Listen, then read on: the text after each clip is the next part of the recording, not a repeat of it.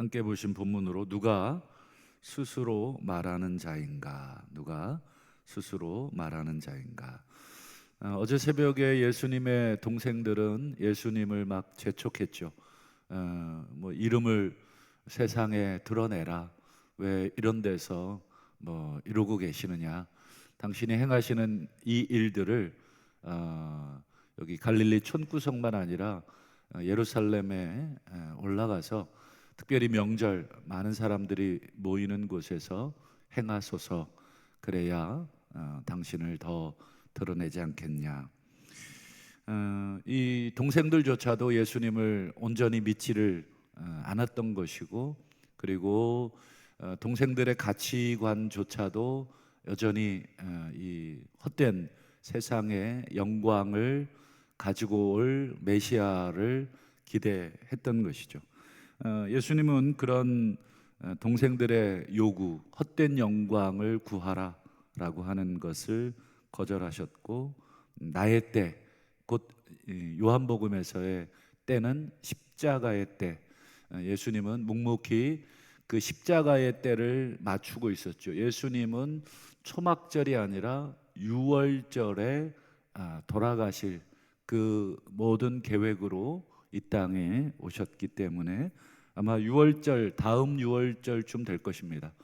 유월절 때까지 아직은 내가 죽을 때가 아니다, 이렇게 이제 준비를 하셨습니다. 이제 초막절이 이제 본격적으로 시작이 됐다 말씀을 이제 오늘 본문이 하고 있는데, 당연히 예수도 올라왔을 것으로 생각을 하죠. 왜냐하면 유대 남자들은 무조건 이 3대 절기에는 이 성전에 하나님 앞에 보여야 하는 것이 레위기 23장의 율법이기 때문에 예수님이 안 올라온다, 있을 수 없는 일이기 때문에 예수님을 찾습니다. 근데 찾은 이유는 간단하죠.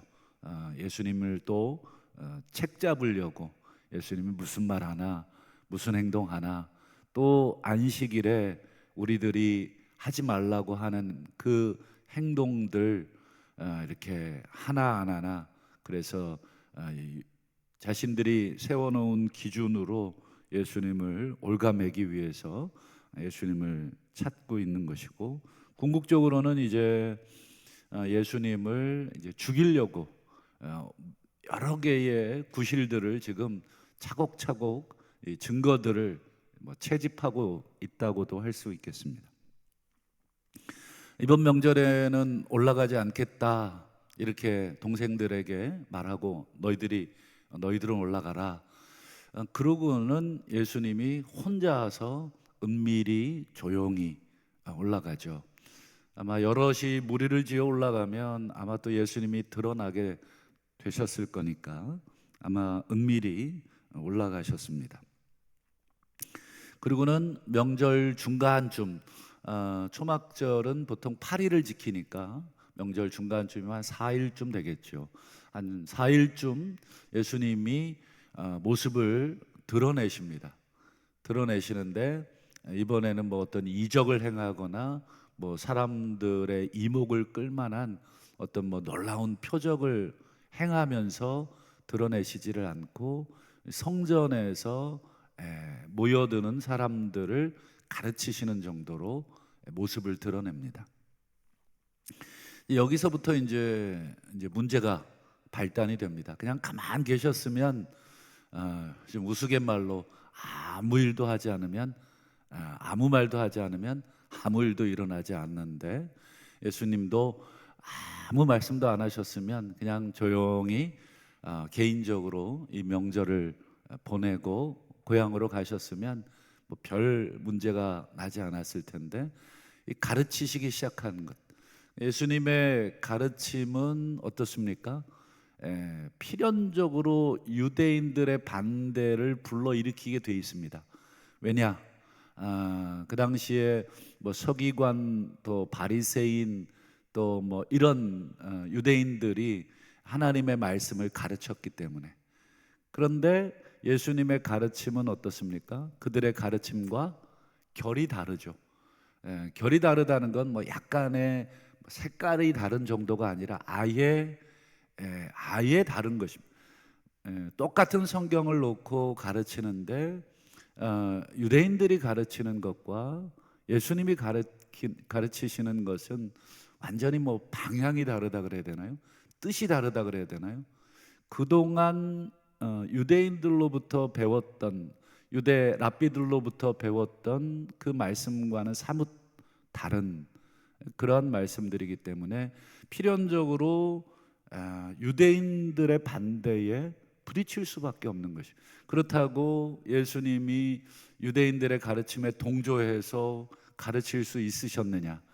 그건 불가능했을 겁니다. 왜냐?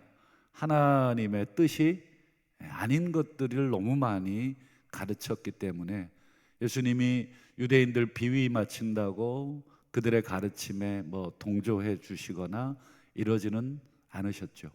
그러니 이 최고의 뭐라 그러죠? 그 당시에 이 실권자, 그 당시에 사람들을 가르칠 수 있는 그런 소위 요즘으로 말하면 라이센스잖아요. 자격을 자신들이 가지고 있다고 생각하는 자들과 예수님은 부딪히게 되어 있습니다. 그래서 성전에서 가르치는 것을 유대인들이 듣고 있다가 이렇게 얘기하죠. 15절을 한번 보실까요? 유대인들이 놀랍게 여겨 이르되 이 사람은 배우지 아니하였거늘 어떻게 그를 아느냐. 이건 칭찬이 아닙니다. 이거는 와, 이 사람 정말 제대로 된 교육도 못 받았는데 천재 아니야? 와, 이렇게 대단한 수재 아니야? 우리도 가끔 이 영재 발굴단 이런 프로그램 제가 좋아해서 가끔 보는데 이게 4살짜리가 막 2차 방정식을 풀고 있고 막 언어의 천재가 있어요. 막 4살짜리가 막 영어를 하고 중국어를 하고 이런 어떤 놀라운 어떤 타고난 천재들이 있는데 예수님도 뭐 그런 천재 아니야? 이런 뜻이 아닙니다. 이건 비난입니다. 비난. 이 사람은 배우지 않았다. 이 말은 이 사람을 인정하지 않는 그 당시에 말씀을 최소한 사람들에게 풀어서 가르칠 수 있으려면 정식 랍비 교육이라는 게 있습니다. 랍비 교육을 받은 사람들, 랍비들에 의해서 그 전통을 이어받은, 뭐 우리로 얘기하면 뭐 신학교 출신들, 목사 안수 받은 사람들, 저 같은 사람들이겠죠. 이 사람은 어떤 이런 정통 랍비 교육을 말씀을 알고 있어도 이 랍비라고 하는 그 계통의 이 소위 과정을 통과하지 않으면 자격을 주질 않았습니다. 그 권한을 인정하지 않았어요. 그런 뜻입니다. 그 사람은 배우지 않았거늘 어떻게 글을 아느냐. 이건 읽고 쓸 줄 아느냐의 의미가 아니라 어떻게 이걸 해석하지? 능력을 얘기하는 것도 아니라 무슨 자격으로 이렇게 하나님의 성경을 함부로 자기 마음대로 해석하지? 이렇게 지금 비난하는 것입니다. 비난. 그래서 여러분 그 당시에 서기관이라고 하는 직책이 있죠. 서기관이 뭐 하는 사람들인지 잘 아시잖아요. 하나님의 말씀을 필사하는 사람들. 그 당시에 성경 해석의 최고의 권위자는 서기관들입니다. 서기관들. 여러분 어떤 글을 단순히 필사하는 것은 그냥 모양을 그리는 게 아니라 정확한 의미를 알고 써야 하는 것이죠. 그래서 여러분 서기관들이 필사를 하면서 여러분 우리도 성경 필사하시는 분들이 있는데 어떻습니까? 가끔 오타가 날 때가 있죠. 오타가 날 때. 근데 뭐 우리가 쓰는 성경이 오타가 나도 상관없지만 서기관들이 쓰는 성경은 오타가 나면 안 되는 것이죠. 그러니까 철저하게 교육을 받고 또 해석할 수 있는 권한이 그들에게 있습니다. 서기관들은 최고의 이 성경 해석의 권한자들이죠. 좌우간 이런 서기관들, 유대인들이 예수님을 지금 비난하고 있는 것입니다. 이게 지금 이 사람은 지금 자기 얘기를 하고 있는 것이다. 지금 이 사람은 하나님으로부터 이 지금 받은 말이 아니다. 지금 이런 의미로 이 사람은 배우지 않았거늘 어떻게 그를 아느냐, 지금 하나님 말씀을 가르치느냐, 이렇게 막 비난하니까 예수님이 곧바로 그들의 말에 반박을 하십니다. 16절을 보세요. 내 교훈은 내 것이 아니다. 지금 유대인들의 그 비난, 지금 저 예수는 지 얘기하고 있는 거야, 자의적으로 해석하는 거야.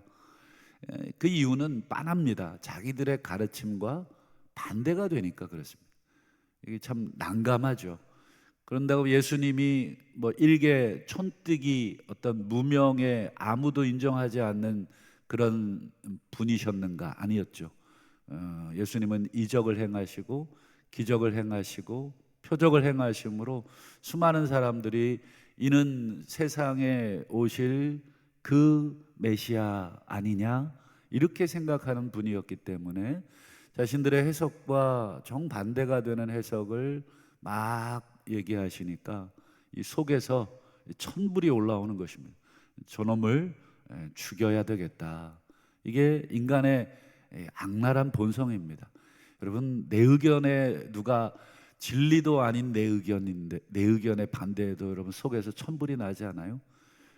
하물며 여러분, 이 서기관들, 유대인들은 평생 자기들이 하나님의 말씀을 이용을 해서 자기들의 세상을 구축하고 사람들을 거기에 굴복시켜서 만들어 온 세상이, 그 세상을 지금 예수께서 다 지금 걷어내고 때로는 뒤집어 버리고, 그게 요한복음 2장의 이 성전 그 뭐 표현을 뭐라고 해야 될까요? 뭐 정화 사건 뭐 이렇게 표현해도 되고, 좌우간 이 성전을 뒤집을 수 있는 권한이 예수님께 누가 줬습니까? 그러니 껌껌이 지금 예수님은 유대인들과 부딪히고 있는 것입니다.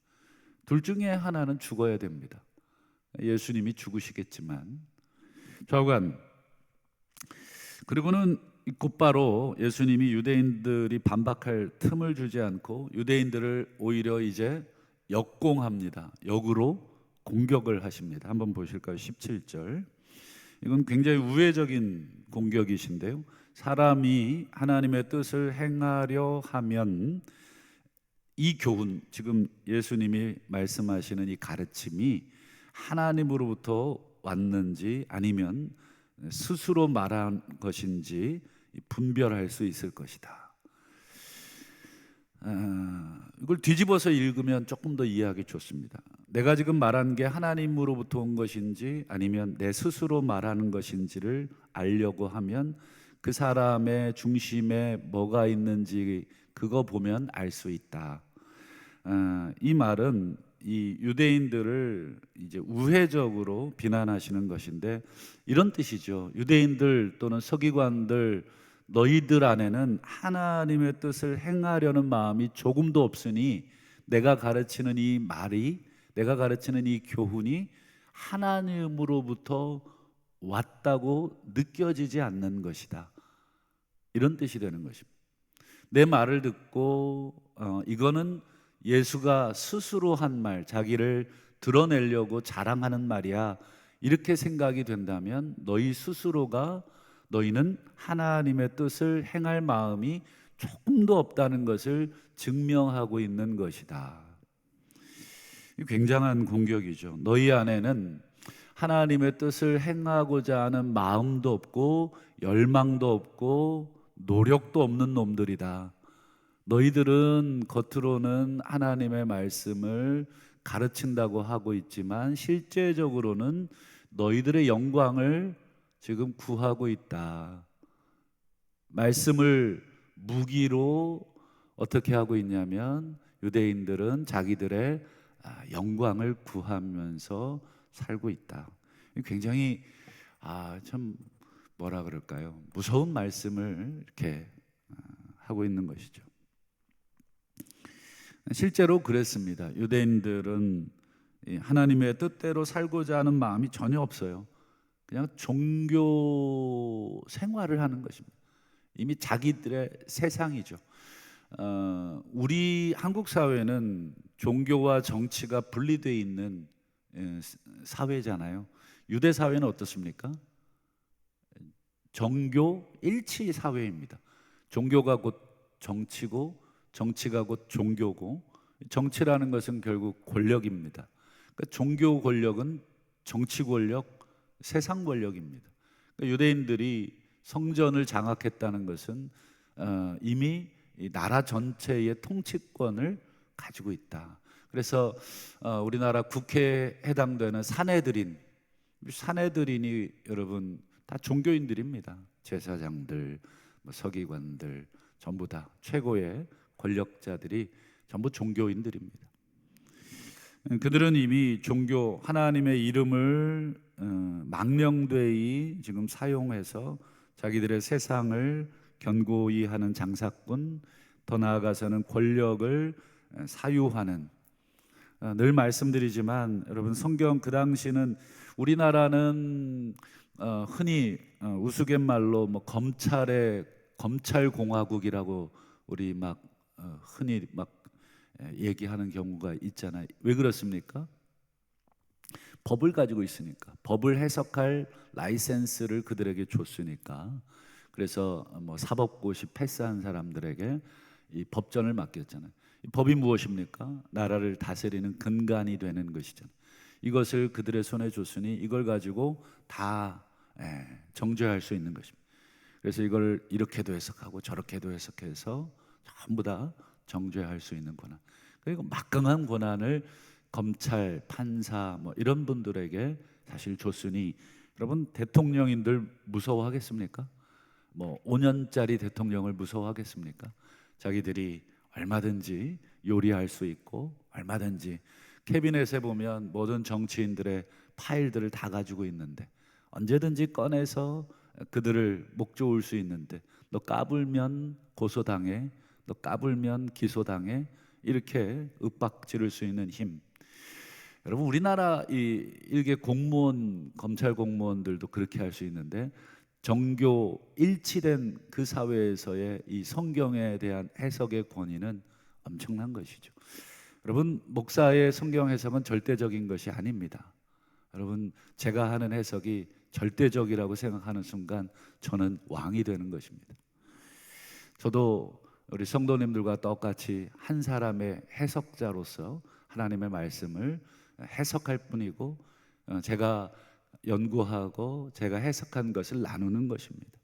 우리 성도님들은 스스로 또 하나님 앞에 기도하시면서 이 해석이 어떤 해석인가 함께 생각하고, 함께 고민하고, 함께 연구하는 그런 것입니다. 그런 면에서 오늘 유대인들을 향한 예수님의 이 일침은 대단히 아픈 것이죠. 그래서 18절을 한번 보실까요? 이제 예수님의 결론입니다. 스스로 말하는 자는 자기 영광만 구하되 보내신 이의 영광을 구하는 자는 참되다. 그 속에 불의가 없다. 스스로 말하는 자, 자기 영광을 구한다. 이 말은 지금 유대인들이 스스로 말하는 자냐, 자기 영광을 구하는 자냐, 아니면 내가, 예수님이 스스로 말하는 자냐, 자기 영광을 구하는 자냐, 이것을 판단하라는 그런 말씀이죠. 오늘 이 말씀을 통해서 오늘날 우리 자신에게, 그리고 오늘날의 모습에 한번 보시면 좋겠습니다. 오늘날 교회에서 가장 위험한 존재는 목사입니다. 목사는 하나님의 말씀을 성도님들과 나눌 수 있는 소위 자격을 가지고 있는 사람이라고 여겨지는 사람들이죠. 그래서 사실은 두렵고, 사실은 공부를 많이 해야 됩니다. 그렇지 않으면 내 생각을 성경에 투영을 해서 말할 가능성이 너무너무 높죠. 책들만 봐도 여러 사람들의 생각들이 조금씩 다르다. 내 생각도 거기에 하나일 뿐이지 내 해석이 절대적이지는 않습니다. 오늘 제가 드린 말씀도 마찬가지입니다. 저는 여기 올라오기까지 기도하면서, 하나님, 이것이 제가 하나님의 말씀으로 해석한 것으로 제가 올라옵니다. 이렇게 기도하는 것이지 이것만이 절대적인 해석입니다. 이렇게 올라올 수가 없는 것이죠. 오늘날에도 이 강단에서나 때로는 어떤 교회 내에서 하나님의 영광보다는 자기의 영광을 추구하는 그런 말을 하는 사람들, 행동을 하는 사람들을 보게 됩니다. 하나님의 영광인지 자기의 영광인지는 위기의 순간에 드러날 것입니다. 예수님은 위기의 순간에 끝까지 자기의 영광이 아니라 하나님의 영광을 드러내셨다. 그걸 어떻게 할 수 있느냐? 예수님이 위기의 순간에 끝까지 십자가 죽음의 자리로 올라가셨기 때문에, 여러분, 어느 누구도 자기 목숨을 버리는 자리에 영광을 구하는 사람은, 자기 영광 구하는 사람은 자기 목숨 버리지를 않습니다. 다른 사람을 죽이면 죽었지 내가 죽는 일은 자기 영광 구하는 사람 중에는 없습니다. 자기 자존심이 상하는데 지금 자기를 어떻게 죽이겠습니까? 예수님은 그런 면에서 끝까지 죽음의 자리, 즉 하나님이 가라고 하신, 하나님이 명하신 자리로 가셨습니다. 말씀을 맺겠습니다. 정도의 차이만 있지 오늘날에도 수많은 분쟁과 다툼이 있습니다. 오늘 본문에도 예수님과 유대인 간의 일종의 다툼이죠. 다툼이 있는데 세상은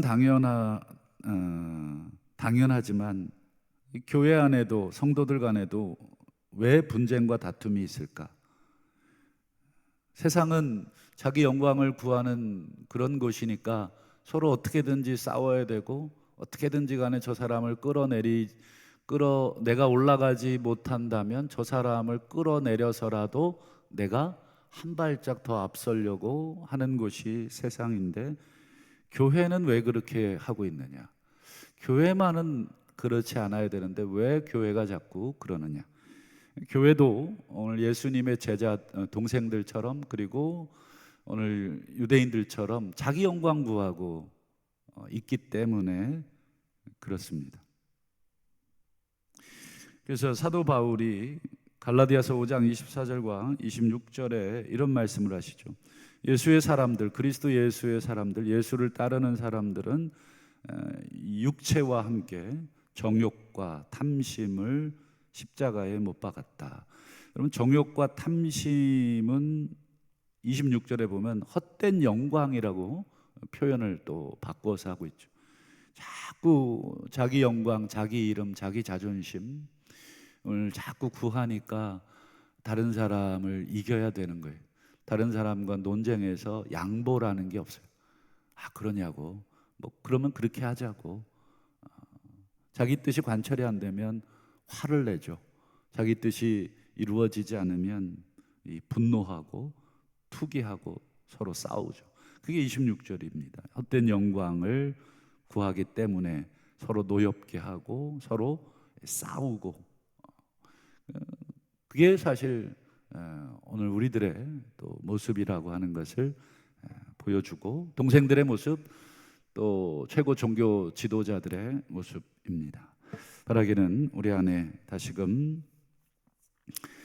자기 영광이 아니라 하나님의 영광을 위해서 우리가 말씀도 읽고 또 신앙생활도 하고 하나님을 섬기시는 그런 참된 진실한 우리 종들이 다 되시고, 여러분, 사람 알아주는 거 여러분 아무것도 아니다. 사람이 우리에게 생명의 면류관 주지 않는다. 우리에게 생명의 면류관은 하나님이 주시다. 하나님의 영광을 내가 드러내기 위해서 어떻게 살아야 될지를 또 함께 고민하시는 저와 우리 모든 새벽의 성도님들이 다 되실 수 있기를 주님의 이름으로 축원합니다.